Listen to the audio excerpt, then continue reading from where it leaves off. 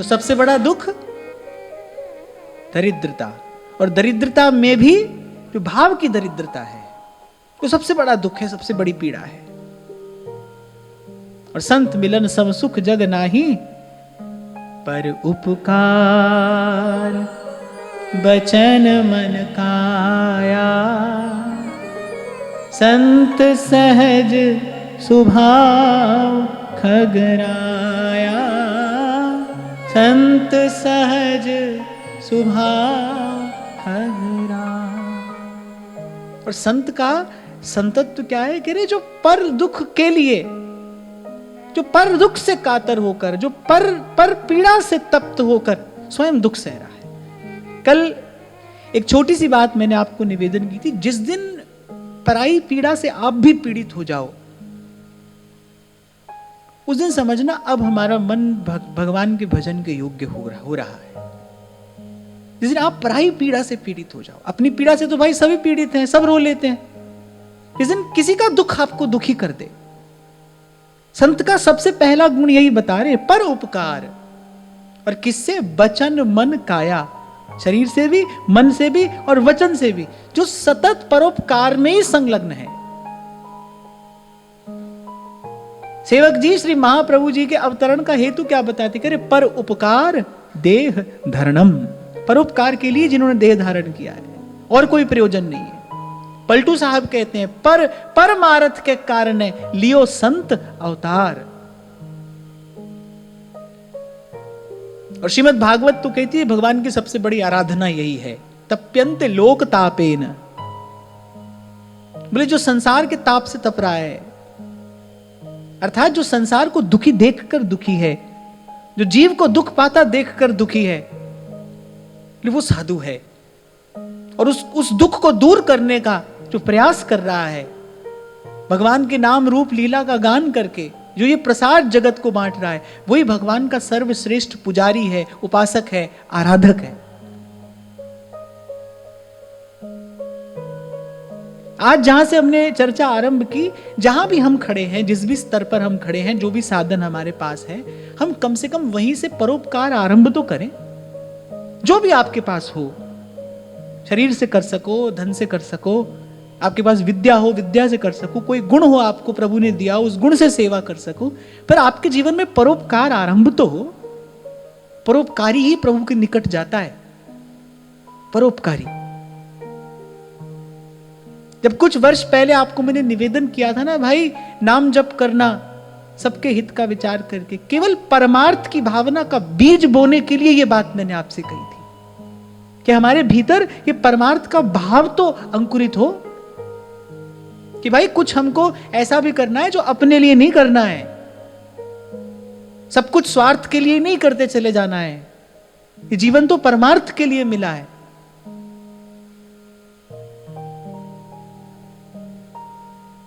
अब एक व्यक्ति जाकर भगवान से प्रार्थना करे, प्रभु मेरे घर बारिश हो जाए, और एक व्यक्ति केवल जाकर के प्रभु वर्षा हो जाए। तो भाई वर्षा हो जाए तो अपने घर तो हो ही जाएगी। आप ये न समझना कि भाई हम सबके लिए करते रह जाएंगे तो हमारा कार्य कैसे होगा। ना ना, आपका तो पहले हो ही जाएगा, और मुझे तो लगता है आधा हो गया है, तभी तो आप सबके लिए करने चले हो।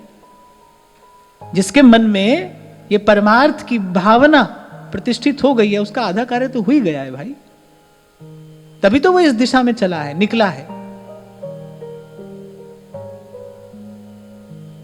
और यहां तुलसी बाबा तो संत का ही लक्षण बता रहे हैं, पर उपकार वचन मन काया, संत सहज स्वभाव खगराया। बोले यही संत का सहज स्वभाव होता है।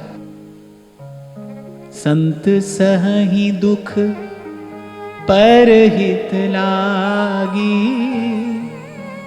पर दुख है तू असंत अभागी।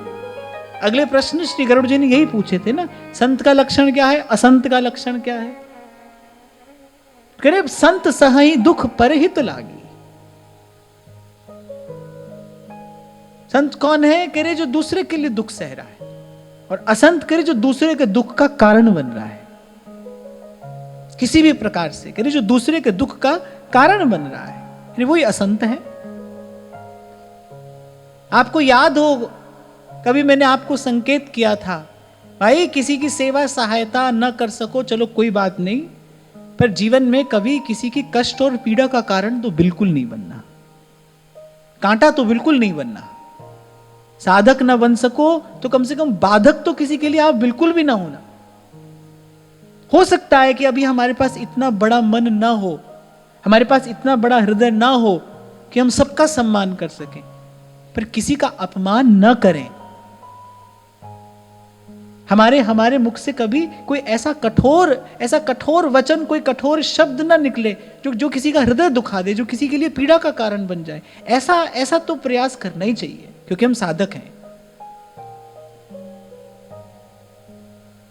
बुल्ले शाह एक बात कहते हैं बुल्लिया जे तू कदे किसे दा फट नहीं सीता, बुल्लिया जे कदे किसे दा फट नहीं सीता, एवें फिर यही माला तू कख नहीं कीता। मैं तो कहता ही हूं भाई, मंदिर में तो सभी भक्त हैं, अपने मंदिर में या भगवान के मंदिर में जो खड़े हैं भाई, वहां तो सभी भक्त हैं, पर आपके चरित्र का वास्तविक दर्शन तो व्यवहार में होता है। व्यवहार में आप कैसे हैं, जो दैनिक व्यवहार आप करते हैं उसमें आपकी चेष्टा कैसी है, उसमें आपकी वृत्ति कहां है, शुद्ध है कि नहीं है। इसलिए मैं कहता हूं भाई, सब छोड़कर और एक और बैठ जाना सरल है, पर व्यवहार में रहकर स्वयं को सादे रखना यह बहुत कठिन कार्य है। उसके लिए वास्तविक आध्यात्मिक बल की आवश्यकता है। परीक्षा तो व्यवहार में ही होती है।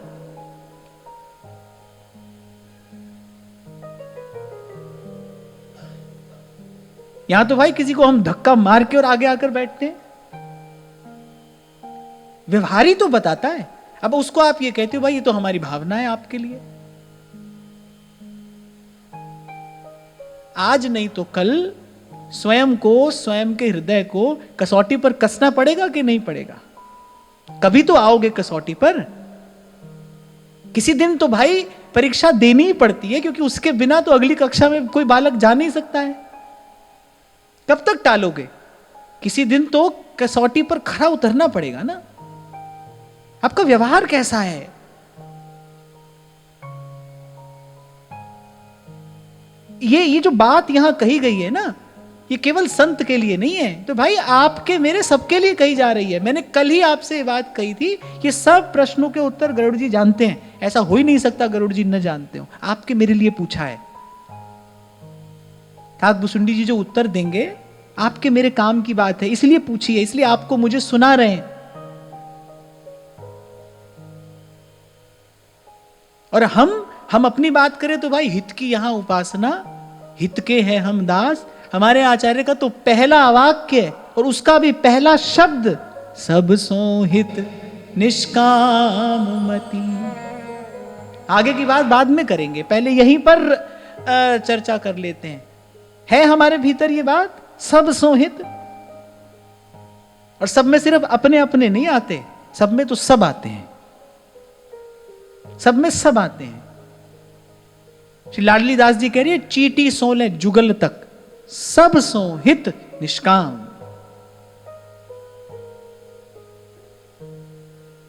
अपने अपनों से तो भाई सभी कर रहे हैं ना, पर कह रहे सब सो हित। और कम से कम इस उपासना के मार्ग पर तो कोई शॉर्टकट नहीं है, कहीं होता हो तो पता नहीं, यहां तो नहीं है। यहां तो भाई गुरुजनों ने जो मार्ग बताया है उसी मार्ग पर चलकर ही कोई पग पग आगे बढ़ सकता है। पहला वाक्य और उसका भी पहला शब्द सब सोहित निष्काम मति, और उसमें भी टर्म एंड कंडीशन अप्लाई है, सब सोहित और निष्काम मति, तब वृंदावन विश्राम। उसके बाद तो कोई प्रभु का नाम लेने योग्य हो, राधा वल्लभ लाल को हृदय ध्यान मुख नाम। तभी आचार्यों ने कहा है जीवे दया नाम है रुचि, जीव मात्र पर दया। आप कल्पना नहीं कर सकते किसी के भी अहित की भावना, किसी के भी अनादर की भावना, किसी की भी अवज्ञा या अवहेलना की भावना आपके हृदय को, आपकी भावना को कितनी भारी क्षति पहुंचा सकती है। आपको याद हो तो कल मैंने कहा था, एक अपवित्र संकल्प पतन के गहरे गर्त में ले जाकर छोड़ सकता है। एक अपवित्र संकल्प, किसी की भी अवज्ञा अवहेलना की भावना, किसी का भी अहित चिंतन, अहित करना नहीं, अहित चिंतन मैला कुचैला कर देगा, मलिन हो जाएगा मन। कोई पूछे ना क्या होता है, किसी का अहित चिंतन करने से क्या होगा, तो मैं कहता हूं और तो मैं कुछ नहीं जानता, पर मन भजन के योग्य नहीं रहेगा। इससे बड़ी हानि और क्या होगी, इससे बड़ी क्षति हमारी और क्या होगी कि हमारा मन भजन के योग्य ना रहे। और कभी ऐसा मन हो जाए, कभी ऐसा भाव आ भी जाए किसी के लिए, तो दौड़कर प्रभु की चरण शरण में चले जाना। भक्तों ने कहा है कि दल बल के साथ माया घेरे जो मुझे आकर, तुम देखते ना रहना, झट आके बचा लेना। दौड़कर जाना, मन ही मन दौड़कर जाना, चरण पकड़ लेना प्रभु के। प्रभु मैं स्वयं को इस पाप से बचा नहीं पा रहा हूं, आप मेरी रक्षा करिए, आप मुझे संभालिए। और अपने प्रति सचेत भी रहना और अपने प्रति ईमानदार भी रहना। कल एक छोटा सा उदाहरण दिया था मैंने आपको, किसान बीज डालता है ना, तो अवांछित घास फूस भी पैदा हो जाती है, उसको समय रहते काटना पड़ता है, समय रहते छटाई करनी पड़ती है उसकी, नहीं तो भूमि की सारी उर्वरक शक्ति जो होती है वो घास खा जाती है। परिश्रम व्यर्थ चला जाता है समय रहते। और मैं तो कहता हूं अपना दोष दृष्टि में आए तो उसी समय लग जाओ, जब तक दूर ना हो तब तक चैन से बैठना नहीं। जैसे अपना दोष दृष्टि में आए, सत्संग करोगे तो ये घटना तो घटेगी, अपना दोष दिखाई पड़ेगा, लेकिन हम छोड़कर बचकर भाग जाते हैं। ये मनुष्य की वृत्ति है। आपको उदाहरण दे रहा था ना मैं, बाल सफेद हुए, लो आपने काले कर लिए। दूसरे को तो काले ही दिख रहे हैं सफेद, दिख काले रहे हैं। आपकी छोटी छोटी चेष्टाएं बताती हैं मन कैसा है, मन कहां है, मन कैसा है, किस धरातल पर आपकी चेतना खड़ी है।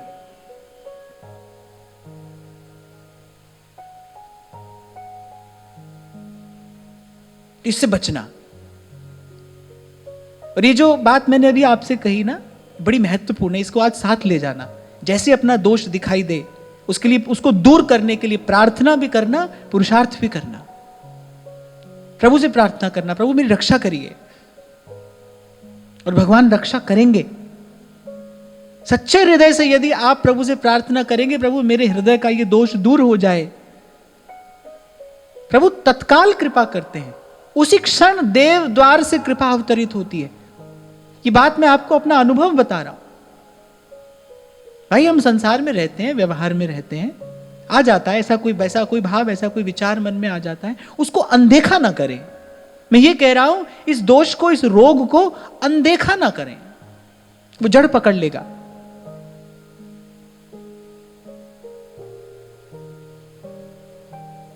क्या होता है भाई,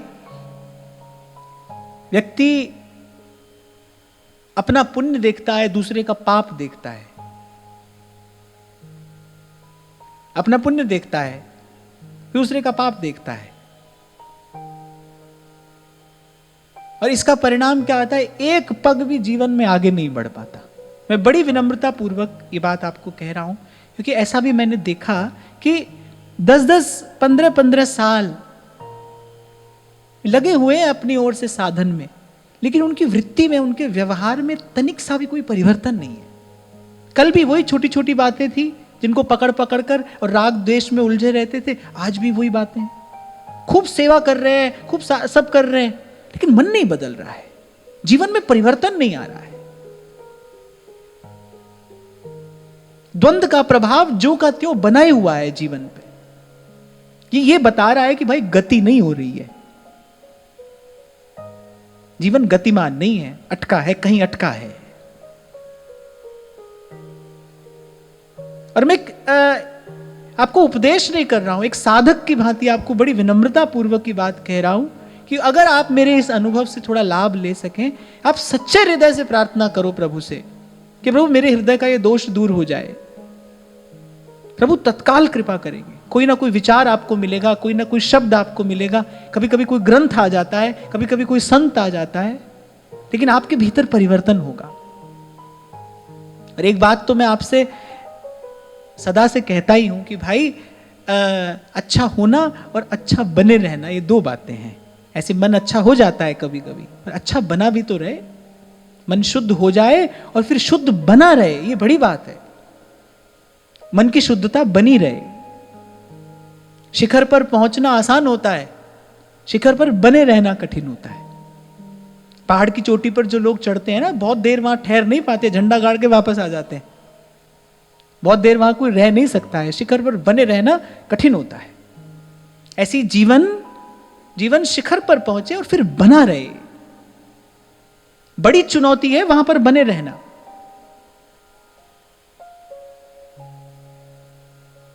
इसके लिए लगे रहना पड़ेगा स्वयं के साथ, स्वयं को ही देखते हुए, स्वयं को ही संभालते हुए। साधक के जीवन में तो समय ही नहीं होता किसी दूसरे को देखने का, दूसरे का विचार ही कैसे करेगा। तो स्वयं को ही देख रहा है। और मैंने कहा कि सत्संग करोगे ईमानदारी से, अपने सुधार के लिए सत्संग करोगे, यह परिणाम तो जीवन में अवश्य आएगा ही आएगा। अपना दोष आपको दिखाई पड़ेगा, अपना दोष दिखाई पड़ेगा। और अगर आपने अपने मन को व्यस्त रखा अपना सुधार करने में, तो आप देखो जितना अनुचित अवांछित जीवन में है सब दूर हो जाएगा, सब छिटक जाएगा। क्योंकि आपका मन तो व्यस्त है, मन एक है, एक साथ दो स्थान पर वो रह नहीं सकता। मन आपका व्यस्त है अपनी संभाल करने में। कल भी आपसे मैंने कहा था ना भाई, पिछला जो है वो सुधर जाए और अगला संवर जाए। यही हमारा लक्ष्य हो, यही हमारा उद्देश्य हो। जो भूल हमसे होती आई है अब वो सुधर जाए, अब और ना हो। क्यों ना हो? क्योंकि भाई अब प्रभु की शरण में आ गए हैं। प्रभु का दरबार यही तो है। सूरदास जी गाते हैं ना, बैठे सबे सभा हरिजू की, बैठे सबे सभा हरिजू की, कौन बड़ो को छोट बड़ी है हरि नाम की ओट। ऐसे प्रभु के नाम की ओट में ही तो आप में यहां पर आकर बैठे। ये प्रभु का दरबार ही तो है। क्योंकि भाई प्रभु के दरबार में आप पहुंचे हैं, अब हमसे ना हो वो भूल ना हो। जो भूल होती आई वो अब सुधर जाए और अगला जीवन संवर जाए।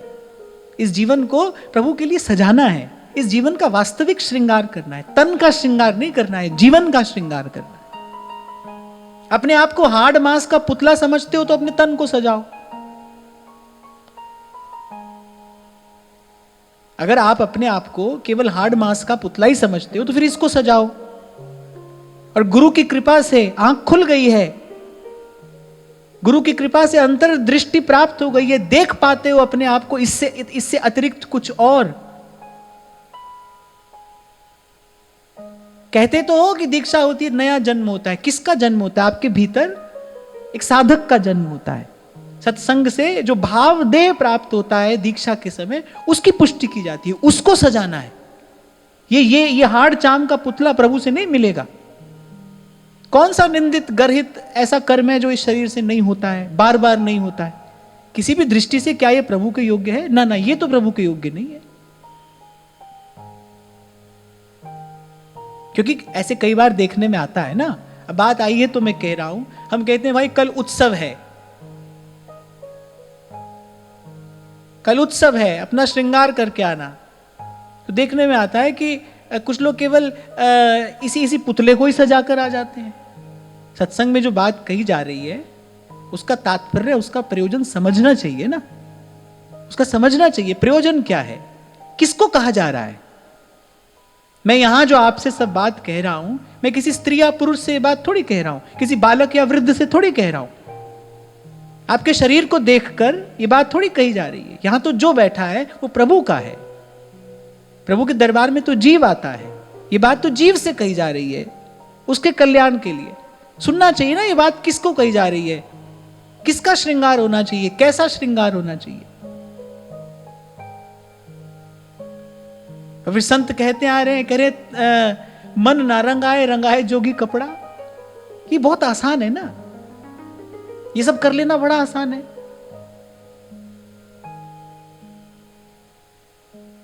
ना, पर अपने जीवन का श्रृंगार करना है, अपने मन को सजाना है, क्योंकि मन जाएगा प्रभु के पास। मन ही मिलावे राम से, मन जाएगा प्रभु के पास, मन मिलेगा प्रभु से। इस मन को सजाना है।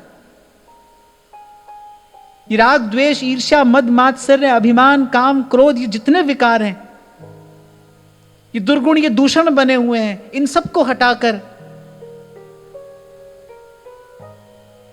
इन सबको इन सद्गुणों से सजाना है, जिनकी बात भगवत रसिकदेव कह रहे हैं। हरि को भजन साधु की सेवा सर्वभूत पे दाया। तृष्णा दंभ लोभ छल त्यागे विष सम देखे माया। सहनशील आशय उदार अति धीरज सहित विवेकी। सत्य वचन सबको सुखदायक गहे अनन्य व्रत एक ही।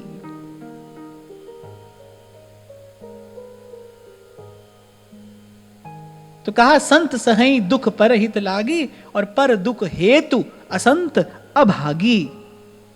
भूर्ज तरु सम संत कृपाला परहित नीति सह विपति विसार।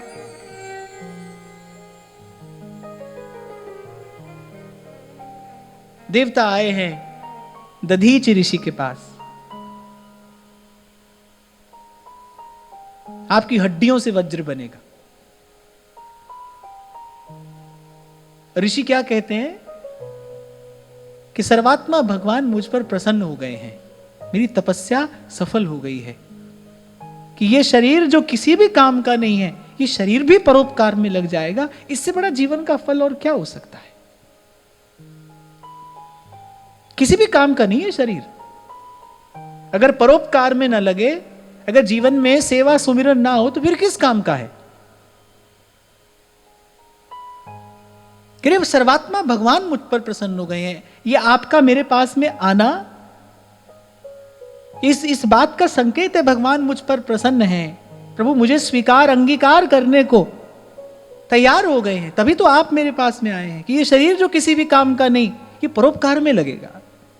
इससे बड़ा कोई फल नहीं है जीवन का। इसीलिए पूर्व में तुलसी बाबा मानस में कहते हैं, परहित सरस धर्म नहीं भाई, पर पीरा सम नहीं अधमा। संत होते हैं तुलसी बाबा तो कहते हैं कि दूसरे के हित के लिए भारी विपत्ति सहते अपनी खाल तक उधड़वा लेते। कैसा होता है संत का हृदय। उसी को देखकर, उसी को विचार कर प्रभु कह रहे हैं, मोते अधिक संत करी लेखा। तो ये संत और असंत का लक्षण बताया है। 3 प्रकार के लोग होते हैं प्राय करके संसार में, एक साधारण, एक मध्यम, एक अधम। साधारण कैसे होते हैं? भाई हमारा भी काम बन जाए, किसी का भी बन जाए, ये साधारण है। इनको भी अच्छा नहीं माना गया है, साधारण है। उत्तम संत होते हैं, ये साधारण है। भाई चलो हमारा भी काम बन जाए, आपका भी बन जाए। फिर एक होते हैं मध्यम, भाई हमारा बन जाए, किसी का बने ना बने। फिर एक है अधम, वो कह रहे हैं हमारा बने ना बने, इसका बिगड़ना चाहिए। हमारा बने ना बने, इसका काम नहीं बनना चाहिए, इसका बिगड़ना चाहिए। और बोले अधम क्या करते हैं? बोले स्वयं दुख सहकर भी दूसरे का काम बिगाड़ते हैं। भाई इसका बिगड़ना चाहिए काम, इसका ना बन जाए, फिर ये अधम है। तो एक साधारण है, एक मध्यम है, एक अधम है। और फिर उत्तम कौन है? बोले जो जिसका जीवन परोपकार को समर्पित है, जो परोपकार के लिए जीवन धारण कर रहा है, जिसके जीवन का लक्ष्य उद्देश्य परमार्थ है। भाई अपने पास में जो है वो किसी के काम आ जाए, जितनी हो सके अपने से सेवा हो जाए, हमारे पास जो है उससे बन जाए, किसी का काम बनता हो तो खूब बन जाए। तेरे जन के हित लगे, तन मन धन सब ठाट, आत्मा तुझ में ही रमे, मुख में तेरा पाठ। और फिर कहते हैं भाई, संत उदय संतत सुखकारी, विश्व सुखद जिमि इंदु तमारी, परम धर्म श्रुति विदित अहिंसा, पर निंदा सम अगन गरीसा। भले भाई ऐसे संतों का उदय लोक के कल्याण के लिए होता है। फिर दो प्रश्न और पूछे, सबसे बड़ा पुण्य कौन सा है, सबसे बड़ा पाप कौन सा है? तो कह रहे परम धर्म श्रुति विदित अहिंसा, जिसकी चर्चा हम करते ही आ रहे हैं। अरे अहिंसा परमो धर्म, ये सबसे बड़ा धर्म है। और अहिंसा केवल तन से नहीं, मन से भी अहिंसा, मन से भी अहिंसा। हमारे हृदय में दूर तक लेश मात्र भी किसी का अहित चिंतन ना रहे। देखो भाई, यहां बीच में कुछ नहीं है, या तो आप धार्मिक हैं या नहीं है, बीच में कोई खेल नहीं है। यहां पर धर्म को धारण करने वाला धार्मिक है, धर्म की बात करने वाला धार्मिक नहीं है, धर्म को धारण करने वाला धार्मिक है। और धर्म क्या है? करे परम धर्म श्रुति विदित अहिंसा। यहां गोस्वामी जी बिल्कुल वेद शास्त्र सम्मत बात कह रहे हैं। भाई बोले भाई वेदों शास्त्रों का मत है कि अहिंसा सर्वश्रेष्ठ धर्म है, परम धर्म है। अब भाई जिसने जीवन में इस धर्म को धारण किया वही तो धार्मिक हुआ। मुझे याद है, बंबई की बात है, शायद ये 7-8 साल हो गए, किसी के यहां गए, एक व्यक्ति आया, उसने कहा कि आप आशीर्वाद दीजिए, आशीर्वाद दीजिए। अब मैं तो इस व्यापार में कोई पढ़ा ही नहीं, अब मैंने इसे विनोद के लिए पूछ लिया। मैंने कहा किसके लिए चाहिए आशीर्वाद, बताओ, ऐसे तो आशीर्वाद कैसे दे दे, अरे बताओ क्यों चाहिए आशीर्वाद। भाई मैं छोटे भाई पर मुकदमा किया है, मैं जीत जाऊं इसलिए आशीर्वाद दे दीजिए। आशीर्वाद भी इसके लिए मांग रहा है। अब मांग तो आशीर्वाद रहा है, बड़ी लंबी दंडवत प्रणाम भी कर रहा है, दूर से तो देखेगा भाई बड़ा धर्मात्मा है, बड़ा धार्मिक है, साधु संतों की सेवा भी कर रहा है, प्रणाम भी कर रहा है। पर मन की वृत्ति क्या है, मन की गति किस और है, किसी का अहित चिंतन करने में लगा है। तो इसलिए धर्म की बात करने वाला धार्मिक नहीं है, धर्म को धारण करने वाला धार्मिक है। और धर्म क्या है? अहिंसा, प्राणी मात्र के प्रति दया का भाव, जीवे दया। बड़ी स्पष्ट रीति से श्री सेवक जी ने समझाया है। सब जीवन सो प्रीत, रीत निबाहत आपनी, श्रवण कथन परती, यह जो कृपा हरिवंश की। ये आचार्य की कृपा का लक्षण है।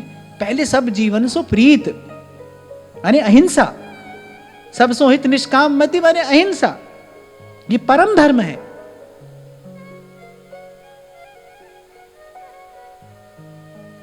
अब जाकर आज विचार करना, हमारे मन में है तो नहीं ऐसा विचार किसी के लिए? मिलेगा, अवश्य मिलेगा। और जैसा कुछ देर पहले मैंने आपसे कहा कि अपना दोष देखो, अनदेखा नहीं करना।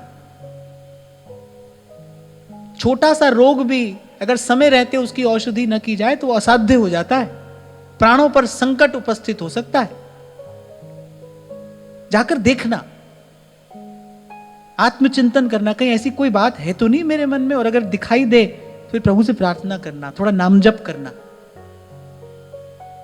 कल आपसे कह ही रहा था मैं, ऐसी कोई बात हो जो अपने हाथ में ना हो, फिर प्रभु से कहना चाहिए, ये मन हो निर्मल तुम्हारी कृपा से, इसे शुद्ध करने में हम तो हैं हारे।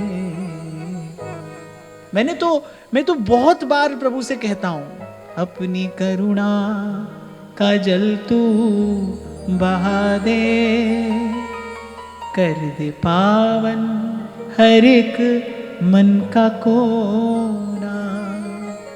हम चले नेक रस्ते पे, हमसे भूल कर भी कोई भूल हो ना।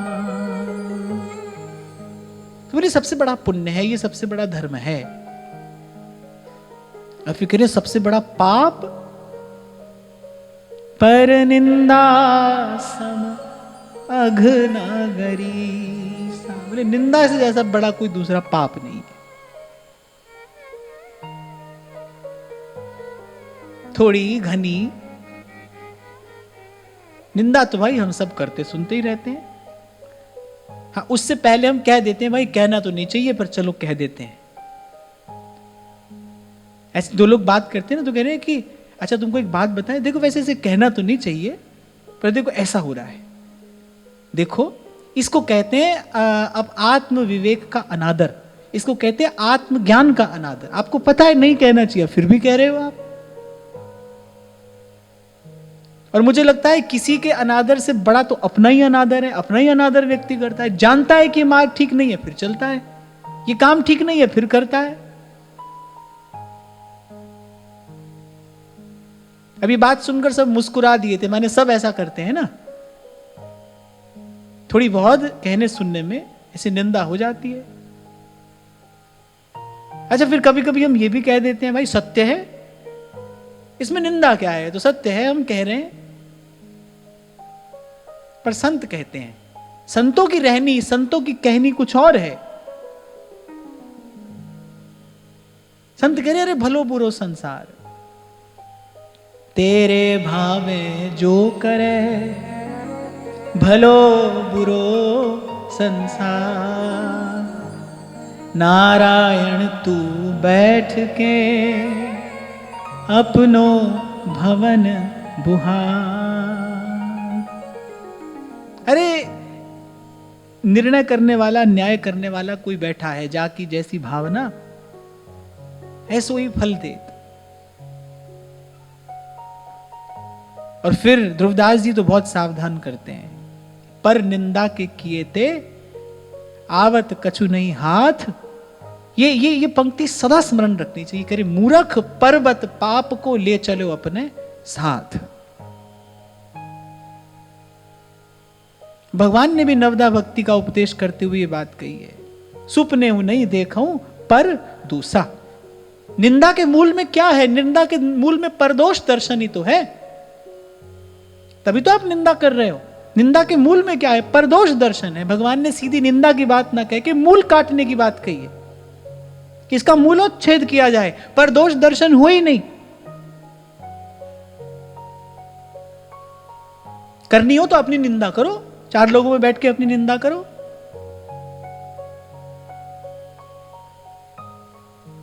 निंदा ही करनी है तो फिर अपनी निंदा करो। संत अपनी बात कहकर सुनाता है, मौसम कौन कुटिल खल कामी।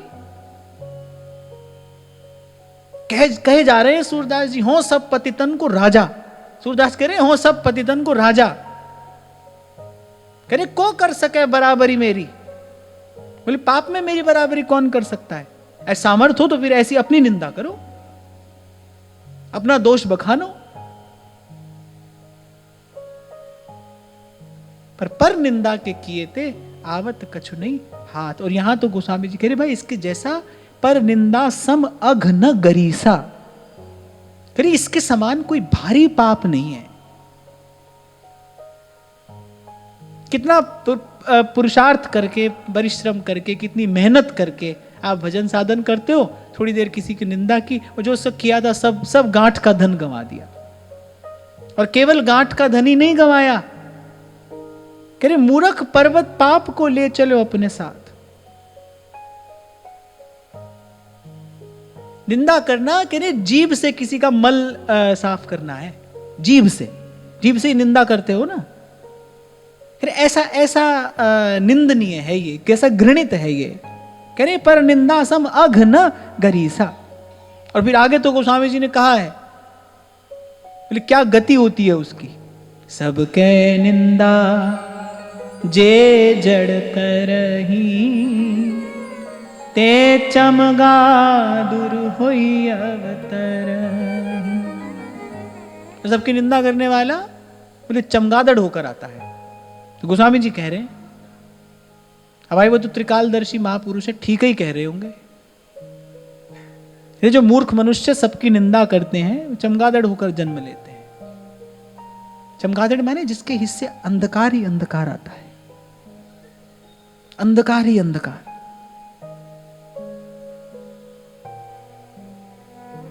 एक और बात है भाई, होता क्या है फिर ऐसे कहते सुनते ये वृत्ति हमारा अभ्यास बन जाती है, फिर वही बात स्वभाव में आ जाती है, और जो बात स्वभाव में आए उससे छुटकारा पाना लगभग लगभग असंभव हो जाता है। बहुत कठिन तो है ही जो बात स्वभाव में आ जाए।